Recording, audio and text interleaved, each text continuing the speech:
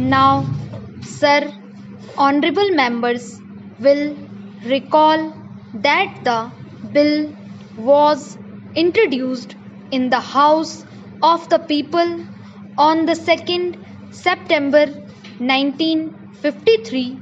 It has had a long history and in one form or another it has been before the public since the end of 1949. In the statement of objects and reasons, the various stages through which the bill has passed since 1946 have been summarized, and I need not recapitulate on this occasion the circumstances in which the Government of India took the decision in early 1946 to initiate an inquiry into the reform of our company law. I would remind honorable members that between 1946 and 1948 the entire field of company law was certainly reviewed by two distinguished company lawyers who were appointed to recommend the broad lines on which the present act should be revised. Their recommendations were examined in the then Ministry of Commerce, and certain tentative departmental views which emerged were circulated in a comprehensive memorandum to all recognized trade and industrial associations, bar associations, the high courts, and the state governments. That brought us to the end of 1949. Many representations on this memorandum were duly received from Chamber of Commerce, trade and industrial associations, state governments, and the general public.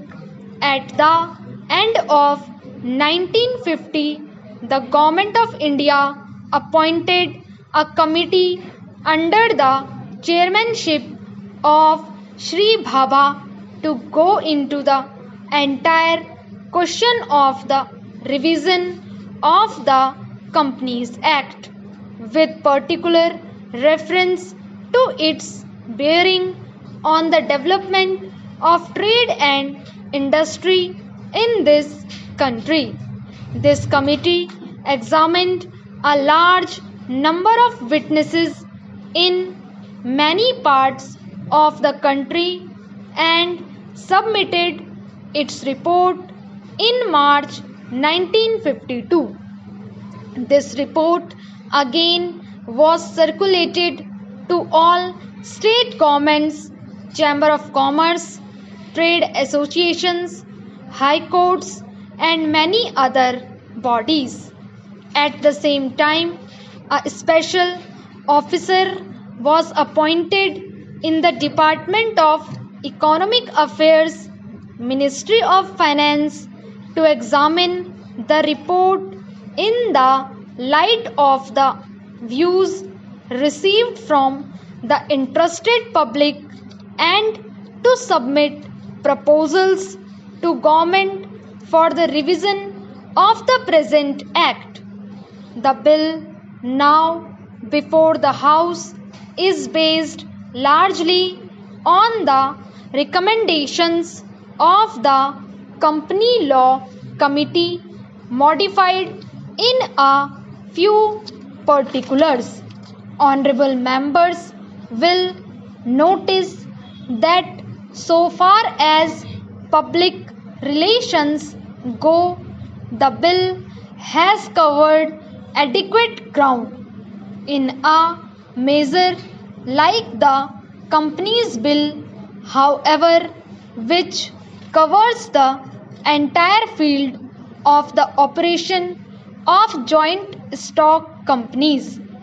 The limits of consultation and discussion can never be exhausted, and I would like to inform honorable members that although the bill was introduced in Parliament over 7 months ago, our officers have been engaged throughout this period in further studies and informal discussions with the interests concerned, and on occasions I have also participated in such discussions.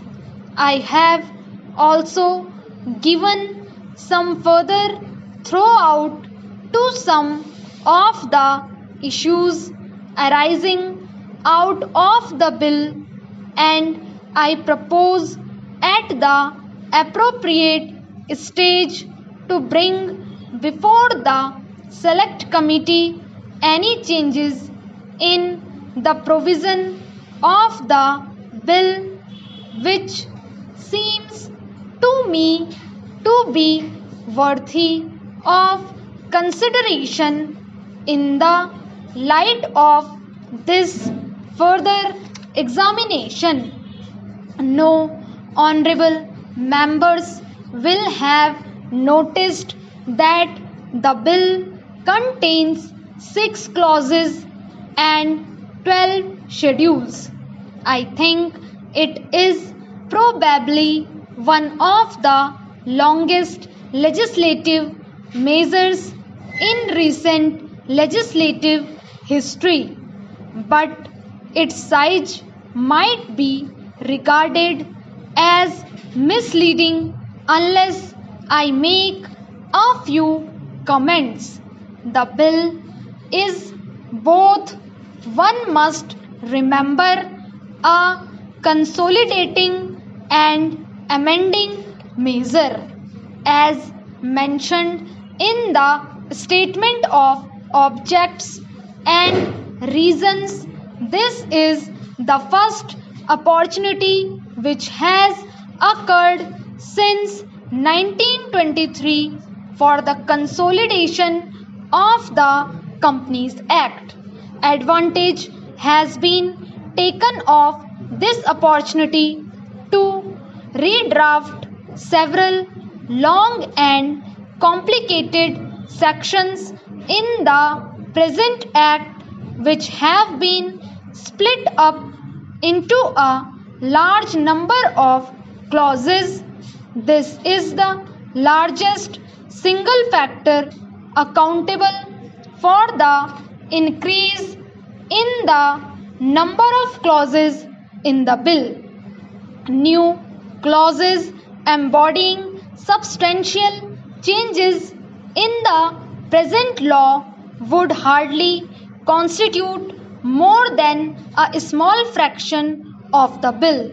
I would also draw attention to the structural changes in the bill to which a reference has been made in the statement of objects and reasons. The redraft of the bill and the rearrangement of the existing chapters in the Companies Act in a more logical order have, I think, resulted in a noticeable improvement in the form of the bill, and I hope will facilitate better understanding and appreciation of the scheme. I wish that the act which came into effect long ago was implemented properly. I know that the minister here is very earnest in implementing it.